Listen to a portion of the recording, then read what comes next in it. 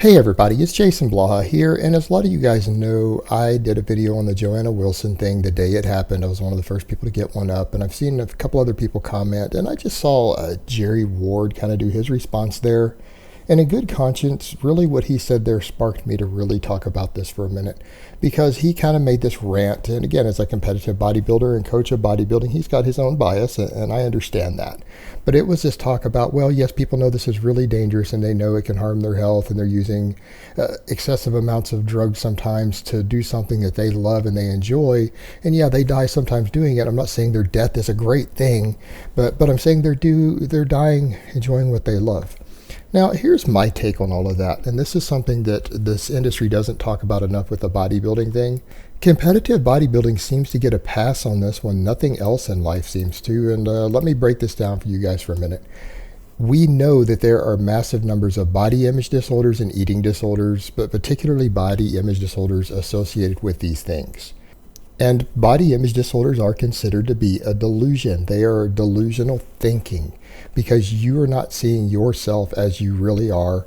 And when delusions are taken to the point to where they result in self-harm, meaning an individual does something that could potentially kill them or that can and will destroy their health, generally those people, when this is reported to the courts or a psychologist sees this, they're obligated to put you in the mental institution to observe you, to make sure that you are not a danger to yourself and to others, but particularly in this case to yourself.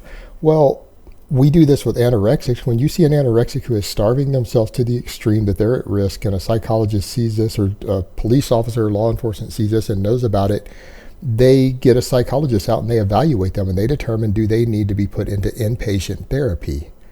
Bodybuilding is no different. Why does this industry prop it up and give it a pass against something that in all other circumstances should actually be something that people should be institutionalized for under normal circumstances, under the way the laws are written in this country? It is a extreme endeavor that people undertake that generally involves extreme dieting to the point of harming yourself, and we have research out there, plenty of data showing the blood work of the harm dieting down that lean causes, even for drug-free people. It's not even the drug abuse thing that often results in excessive drug abuse to the point to where people harm their health permanently, cause organ damage, and in some cases like this, they actually die from it. In what world are we accepting that a delusional mental disorder that causes people to die and harm their health with their actions? Do we actually encourage this and tell these people they're doing something good or something great, instead of saying, hey, this is really a problem, you need to see a therapist, maybe you need some inpatient therapy for your extreme body image disorder, for your body image dysmorphia, before you harm or kill yourself?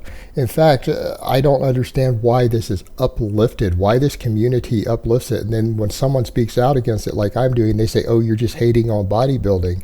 No, I'm hating on reckless behavior being encouraged and glorified that is killing people, that is destroying people's health, that is destroying people's organs and destroying their hormone profiles. This is something that is causing people permanent damage, sometimes even the first time they do it.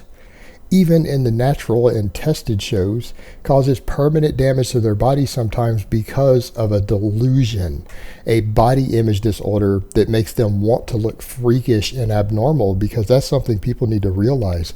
Outside of this niche community, no one thinks competitive bodybuilders look attractive or aesthetic at contest time. Even the natural guys, most people, including women, they don't find that attractive. They find it grotesque, hideous, and monstrous. Yet people are doing this to themselves due to, again, a mental disorder. This is a body image disorder, to actually want to look like a freak or a monster or an alien, and doing so and harming yourself to do so.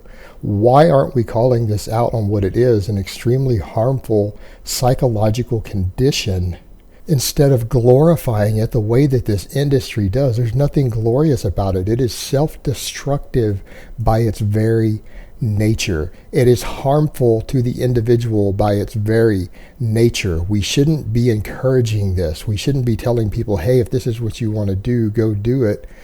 And we need to make sure that people know the risk before they go into it, because we're glorifying it. it's different. I understand that there are people, this is what they want to do with their life. It was already their obsession. They know the risk. It's another thing when we're pretending that it is fitness or healthy and not extremely destructive, and roping new people in larger amounts like the internet is doing now and this community is doing now, instead of saying, hey, this whole activity, make sure that this is really what you want to do, because it is very dangerous to you. And if people are only getting involved because they have a body image disorder, this isn't going to make them happy. It's not going to make their life fulfilled. Their body image disorder is going to stay no matter how big they get or how ripped they get. They are never going to be happy with the results. So they're going to end up harming their health for something that isn't even going to make them happy. Think about that for a minute. All right, guys, but that's really all I have to say on that today. I hope it's been informative, and I will talk to you guys next time.